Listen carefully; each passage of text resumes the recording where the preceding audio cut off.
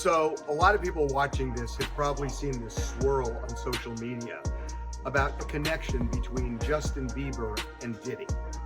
This has been going on actually for years, where people have wondered what kind of a relationship did they had. And I feel like I'm the most emotionally stable. I feel like I have so much support. I am absolutely going to testify. I won't even say his name. He is an evil being, and it's going to pay. That I was just, living in this shame, living in all this sort of stuff of my past, and I wasn't able to move on. It was hard for me being that young and being in the industry and not knowing where to turn, and everyone, telling me they love me and, just turn their back on you in a second. The courtroom fell silent as Diddy's composed facade suddenly cracked. His fists clenched, his jaw tightened, and everyone present could feel the tension escalate when Justin Bieber's name echoed through the room. What you're about to witness is the exact moment when Diddy lost control during day 2 of the trial, right after learning that Justin Bieber had publicly declared his support for Cassie. The security had to step in, and what happened next shocked even the judge. When I was talking about those tough years, is in a way, you were punishing yourself because you didn't have the answers, right? Mm-hmm. I think so. That's a good way to put it, yeah.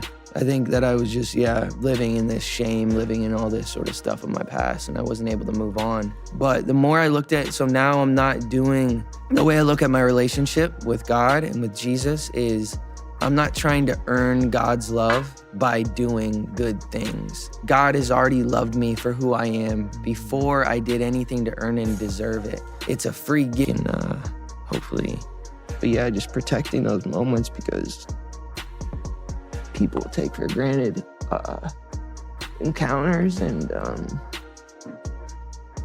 2 weeks. I don't ever remember smelling that good at 16. That was bad. Wow, look at your eyes. Look at Go through, well, I think I have an idea, because just 2 years after being a 13-year-old, beginning his entire career, seeing this little hopeful, joyful, young 13-year-old, Justin Bieber turned 15, and it suddenly seemed that Hollywood was keen to almost initiate him. I think that's the right word. Like, there was almost like this initiation that he needed to go through. So I want you to be now super uncomfortable and watch this video of an interaction between him and none other than Diddy. Take a listen. Justin, you ever seen the movie 48 Hours? Right now, he's having 48 hours with Diddy, him and his boy. They're having the times of their lives, like, where we hanging out and what we doing. We can't really disclose, but it's definitely a 15-year-old's dream. I have been given custody of him. He signed to Usher.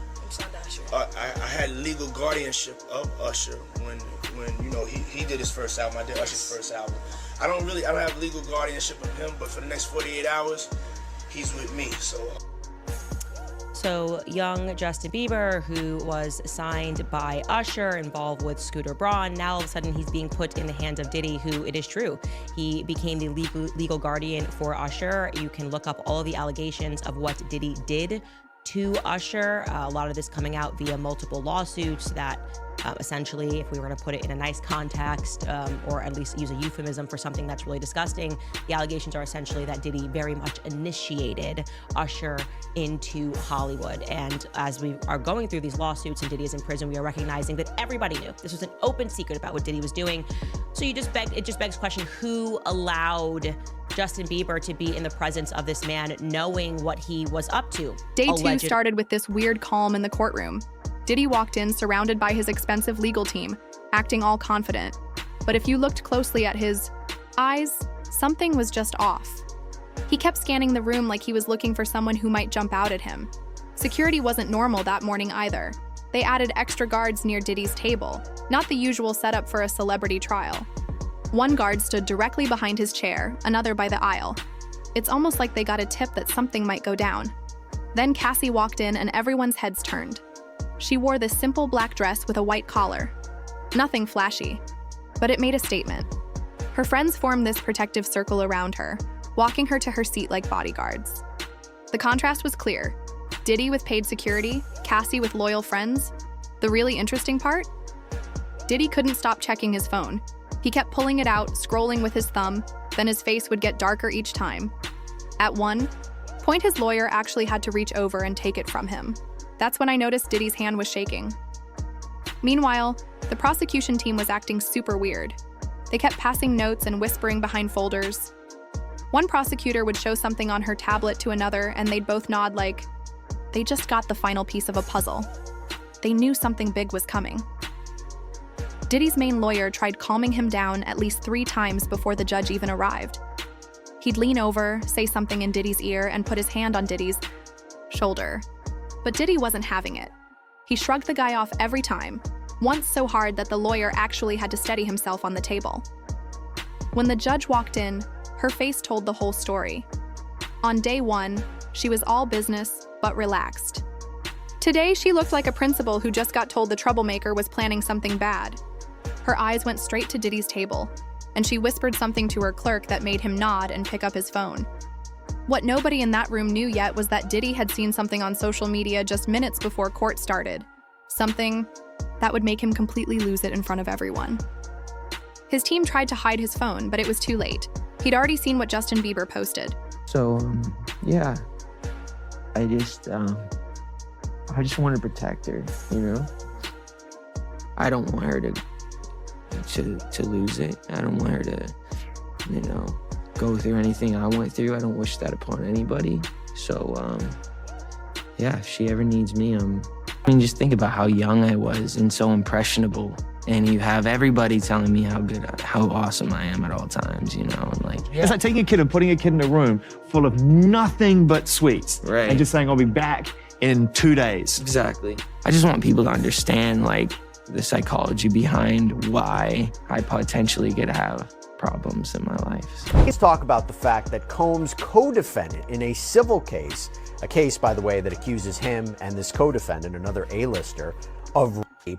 This guy is once again slamming the attorney behind the case, insisting that he be sanctioned for allegedly not doing his job. We're talking, of course, about Sean Carter, better known as Jay-Z, once again calling out attorney Tony Busby, calling out his character, more specifically into question, claiming that the Texas attorney's filings have, quote, substantial. Now, we've talked about this before, but basically, a civil lawsuit was filed against Sean Combs on behalf of a Jane Doe who says that she was raped by Combs and another celebrity at a home after the video music. While everyone focused on the drama in court, something huge happened online. Justin Bieber dropped a social media bomb that nobody saw coming. Right in the middle of trial proceedings, Bieber posted a statement supporting Cassie that sent shockwaves through the music industry and into that courtroom. The whole thing hit especially hard because Bieber and Diddy go way back. Remember those videos of teenage Bieber hanging out at Diddy's parties? Diddy used to call himself Justin's mentor and big brother. He even bragged about helping shape Bieber's career. That history made this public statement feel like the ultimate betrayal. This wasn't some vague sending love and support message either. Bieber got specific. He wrote about being at industry parties where he personally witnessed Diddy's behavior toward Cassie. He mentioned seeing Diddy grab Cassie's arm too hard at an after-party in 2015. He described Diddy cutting Cassie off mid-sentence and speaking for her during interviews. These weren't rumors. These were first-hand observations. During the first court recess, the posts spread like wildfire. People in the courthouse hallways huddled in groups showing each other their phones. One court officer had to remind everyone to turn their devices off before re-entering. Legal assistants printed screenshots for attorneys to review. Even some jurors looked confused by all the hallway whispers, clearly sensing something major had happened. The post included this powerful old photo that spoke volumes. It showed Bieber and Cassie at some music event from years ago, both smiling. But if you looked at Cassie's eyes, there was something there. Bieber's caption said he'd always respected Cassie's strength and was sorry I didn't speak up sooner. For Diddy, the timing couldn't have been worse. Bieber's 270 million followers saw that post within minutes. News sites were already running headlines. This wasn't just celebrity gossip anymore. This was a massive star with credibility taking a clear side during an active trial. Court reporters went crazy. One woman literally ran out of the courtroom to call her editor. Another was frantically typing on her laptop. A reporter from a major network mouthed, "Did you see it?" to his colleague across the aisle. Everyone knew this changed everything about how the public would view this case. The whispers got so loud that one of the bailiffs had to ask people to quiet down. People kept showing each other their phones like they couldn't believe what they were seeing. Some looked directly at Diddy, trying to figure out if he knew yet. Others watched Cassie, who maintained perfect composure despite surely hearing the commotion. What made Bieber's statement so powerful was the specific language he used. He called Cassie brave and truthful and wrote that, "Certain behaviors I witnessed years ago troubled me deeply, but I didn't understand the pattern they represented." He even mentioned being disappointed in myself for not recognizing the control dynamics that now seem so obvious. Diddy's attorney saw the post first. He immediately tried damage control, physically blocking Diddy's view of another lawyer's phone, whispering urgently to remove all devices from the table. But someone had already showed Diddy the screen. His eyes locked onto it, widened, and in that moment, everyone close enough saw his face transform. It was already too late. Justin was signed when he was just 13 years old, and I should mention he was signed by Usher to a label that was owned jointly by both Scooter Braun and Usher, and he was considered Usher's protege. He has been described Usher as his mentor, which is why his adorable premiere music video that I showed you guys last week, entitled One Time, they had created this storyline in which a young Justin Bieber is playing video games with his friends, and Usher calls him and says that he's running late. You know, his big bro Usher calls him, and then Justin Bieber does the teenager thing and throws a party while Usher is out. So take a look at the beginning of that music video now. Yeah, so, yeah. I just want to protect her, you know? I don't want her to lose it. I don't want her to, you know, go through anything I went through. I don't wish that upon anybody. So, yeah, if she ever needs me, I'm just a call away. I'm not even kidding. Watching that clip makes me emotional because he is saying so much without really saying anything. Protect Billie Eilish from what? From who? What is he so concerned about when he sees this young person in the industry? What exactly did he go through? Well, I think I have an idea, because just 2 years after being a 13-year-old, getting his entire career, seeing this little hopeful, joyful, young 13-year-old, Justin Bieber turned 15, and it suddenly seemed that Hollywood was keen to almost initiate him. I think that's the right word. Like, there was almost like this initiation that he needed to go through. So when Diddy saw Bieber's post, his face changed like someone flipped a switch. First came this look of total shock. His eyes got wide and his mouth actually hung open. Then his eyebrows pulled together as the betrayal hit him. But the scary part was watching that transform into rage. His nostrils flared and his jaw clenched so tight you could practically hear his teeth grinding. A woman sitting 3 rows back later told reporters that Diddy's hands started shaking uncontrollably. He tried to grab some papers his lawyer handed him, but he couldn't even hold them steady. They slipped right through his fingers and scattered on the floor. That's when everyone started staring. The first real warning sign came when Diddy suddenly stood up. It wasn't a normal, I need to stretch stand-up. It was abrupt and aggressive. The bailiff, who'd been watching him closely all morning, immediately took a step forward. You could tell this wasn't the bailiff's first rodeo with someone about to lose it in court. Then Diddy said something that people in the front rows could hear clearly. "After everything I did for that kid, loyalty means nothing anymore." Then something about consequences that made his lawyer physically grab his arm and yank him back into his seat. The lawyer whispered something urgent in his ear, but Diddy just shook his head. His breathing got heavy and labored like he'd just run upstairs. Court sketches from that moment are honestly disturbing. The artist captured Diddy's expression perfectly. The bulging eyes, the clenched jaw, veins showing in his neck.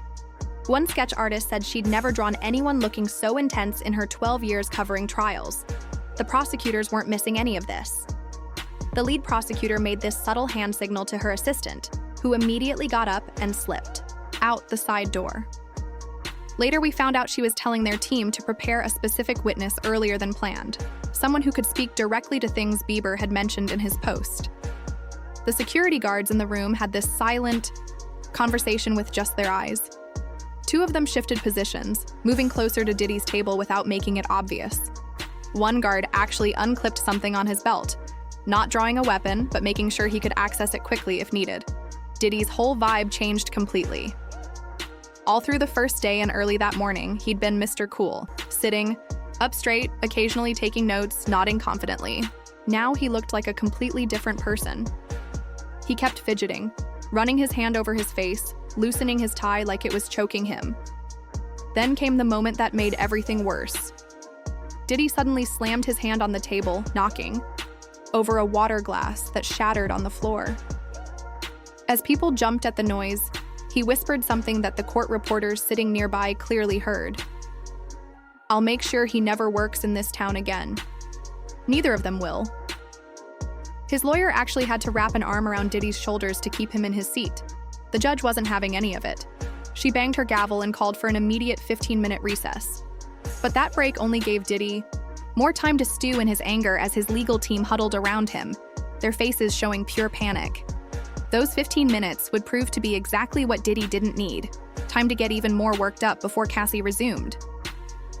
After the recess, something about Cassie had changed. She walked to the witness stand with her shoulders back and her head high instead of staring at the floor like she did on day one. She looked right at the jury members. She didn't try to avoid Diddy's eyes either. She just acted like he wasn't special enough to worry about. Her testimony started with evidence nobody had seen before. The prosecution showed text messages from Diddy to Cassie that made people in the courtroom gasp. In one exchange from 2016, Diddy sent 17 messages in a row demanding to know why she hadn't answered her phone. Another showed him asking for her exact location, down to which room she was in at a hotel.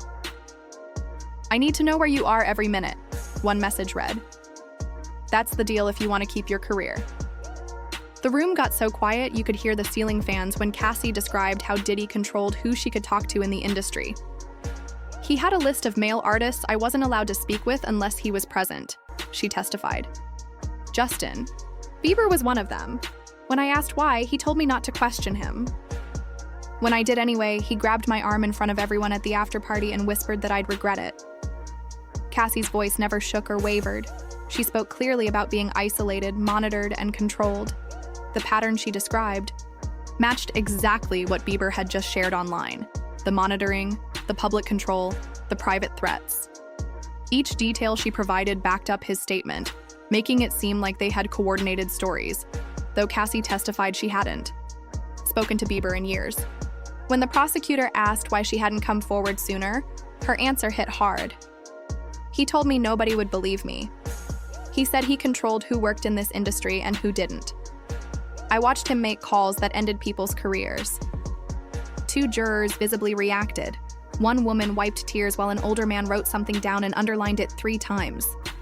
The bombshell moment came when prosecutors played hotel security footage from 2018. The video showed Cassie trying to speak to a male artist in a hotel lobby. Then Diddy appeared, put his arm around her, and led her away. The body language matched exactly what she had just described. Diddy immediately leaned over to his lawyer, whispering frantically and pointing at the screen. Cassie referenced specific events with amazing detail: dates, locations, who else was present. March 8, 2017, at the Standard Hotel in New York. June 22, 2017, at his house in Miami. September 12, 2018, backstage at the VMAs. Each time she named a date, Diddy's lawyer frantically flipped through his notes, looking increasingly worried. She mentioned that other witnesses had been afraid to speak up, but were now contacting her lawyers after seeing Bieber's support. "My phone hasn't stopped with messages from people saying they're ready to tell what they saw," she said. Then came the statement that made Diddy completely lose control. Cassie testified that after she once spoke to Bieber at an industry party, Diddy pulled her aside and said, "Even Justin knows what happens to people who cross me." With Bieber now publicly supporting her, this threat suddenly looked incredibly damning. As Cassie continued testifying, you could literally watch Diddy falling apart. Each new detail that connected to Bieber's statement made him fidget more, whisper more urgently to his lawyer, and look more panicked. The confident music mogul was disappearing right before everyone's eyes. She and how that I was just, living in this shame, living in all this sort of stuff of my past, and I wasn't able to move on. It was hard for me being that young and being in the industry and not knowing where to turn, and everyone, telling me they love me and, just turn their back on you. Yeah. So, yeah.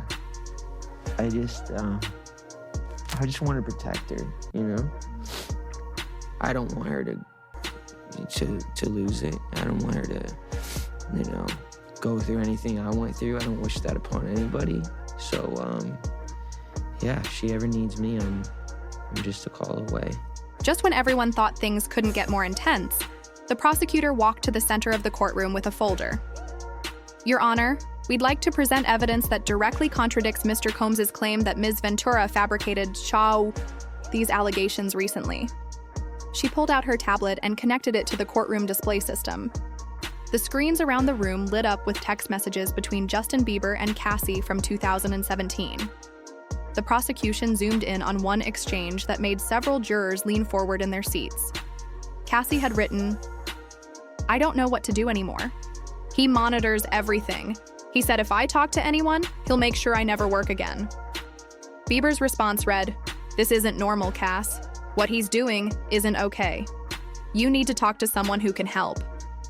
The moment those messages appeared, Diddy shot up from his chair. The sound of it scraping across the floor made everyone jump. His face was bright red, his eyes bulging. The composed music mogul was completely gone. His attorney grabbed his arm, trying to pull him back down. "Sean, don't do this," he whispered, loud enough for the front rows to hear. But Diddy wasn't listening. He actually shoved his lawyer's hand away so hard the man stumbled backward. "This is all lies," Diddy shouted, pointing at Cassie. "You know damn well that's not what happened. Where's your loyalty after everything I did for you?" His voice got louder with each word. "You're making this all up! Both of you!" The judge immediately banged her gavel 3 times. "Mr. Combs, sit down immediately or I will have you removed." Her voice cut through the chaos like a knife, but Diddy wasn't stopping. 2 security officers moved toward the defense table fast. One positioned himself between Diddy and Cassie, while the other approached from behind. Court reporters typed frantically, capturing every word of this unplanned meltdown. The jury watched in total shock. One older woman in the back row actually covered her mouth with her hand. A younger man in the front row leaned away from Diddy, physically distancing himself from the outburst. "Your Honor, we need a recess," Diddy's lawyer shouted, trying to regain control of the situation. But Diddy was already turning toward the evidence screen, pointing at the messages. "Those are fake! They fabricated those messages!" He was gesturing. Wildly now, his voice echoing off the walls. "This is a setup. Justin never said that." The evidence was devastating to Diddy's case. These messages from 5 years ago completely contradicted his claim that Cassie made up allegations to get money or fame. She had been confiding in Bieber about the exact same behavior patterns years before filing any lawsuit. The judge slammed her gavel again. "Remove the jury immediately," she ordered the bailiff as the 12 men and women filed out. Most of them couldn't help staring at Diddy, who was still standing and shouting. The security guards moved in, one on each side of him. "Sir, you need to calm down now," one said firmly, placing a hand on Diddy's shoulder. For a moment it looked like Diddy might actually shove the officer too. Instead, he finally fell silent, breathing hard as the reality of what just happened seemed to hit him. The damage was done. The controlled image Diddy had maintained for decades had shattered in front of everyone, and as the security officers stood guard at his sides, the world got to see a very different side of the music mogul, one that made Cassie's allegations suddenly seem far more credible. With the jury safely out of the room, Judge Marlowe didn't hold back. She stood up behind the bench, pointed directly at Diddy, and delivered the smackdown of the century. "Mr. Combs, this is a court of law, not a recording studio. You do not control what happens here." Her voice cut through the room like a knife. "One more outburst like that and I will hold you in contempt. You'll spend the remainder of this trial in a cell, making appearances only when necessary." She wasn't done. The judge ordered a psychiatric evaluation to be completed before the next day's proceedings. Then she imposed new security protocols. 2 officers would remain within arm's reach of Diddy at all times. His lawyers couldn't even speak to him without an officer present. His phone privileges were completely revoked. Diddy's legal team huddled in the corner of the courtroom like a football team down by 40 points. The head attorney kept shaking his head while another one made frantic calls. A third lawyer was desperately writing notes, occasionally looking up at Diddy with a face that screamed, "We're in trouble." Their body language told the whole story. They knew their case had just taken a massive hit. When the jury came back in, their reactions were impossible to miss. A middle-aged woman in the front row physically shifted her chair slightly away from the defense table. An older man who had been taking detailed notes now sat with his arms crossed, pen untouched. Most telling was juror number 8, a young professional who had smiled at Diddy on day 1 but now wouldn't even look in his direction. Meanwhile, the prosecution team maintained perfect poker faces, but you could tell they were pleased. The lead prosecutor organized her papers calmly, occasionally glancing at Diddy with what looked like satisfaction. Her assistant even had to hide a small smile behind her hand at one point. Security didn't mess around for the rest of the day. 2 officers stood directly behind Diddy's chair, not even pretending to be casual anymore. Another stood at the courtroom door, hand resting on his belt. The message was clear to everyone. They weren't taking any chances with Diddy's behavior. Legal experts sitting in the gallery couldn't contain themselves. A former federal prosecutor whispered to the person next to him, "He just lost right there." Law professors who'd come to observe the case were writing frantically in their notebooks. One defense attorney from another high-profile case shook his head and muttered, "Amateur hour." Through it all, Cassie was a statue of composure. She sat with perfect posture, hands folded in her lap, expression neutral. When Diddy had his outburst, she didn't flinch, didn't react, didn't give him the satisfaction of showing fear. The contrast couldn't have been more striking. Her complete control versus his total lack of it. As day 2 wrapped up, the difference from the morning was dramatic. Diddy had strutted in like he owned the place. Designer suit, crisp smile, confident. Now he shuffled out with his tie loosened, surrounded by lawyers who looked like they'd aged 10 years in one afternoon. His eyes stayed on the floor, avoiding the reporters who packed the hallway. The most revealing moment? When Diddy's main lawyer put his hand on his client's back to guide him out. Diddy shrugged it off just like he had that morning. But this time it wasn't from confidence. It was from defeat. What we saw in that courtroom wasn't just about evidence. It was about character. Cassie stayed calm and strong while Diddy completely fell apart when Justin Bieber took her side. Their true personalities came out under pressure. Let's be real. The jury watched Diddy lose control and threaten people in open court. That moment probably decided this case already, no matter what other evidence shows up later. The biggest question now, who else will speak up? Justin Bieber just broke the unspoken celebrity rule of protecting each other. That door is wide open now, and more stars might walk through it against Diddy.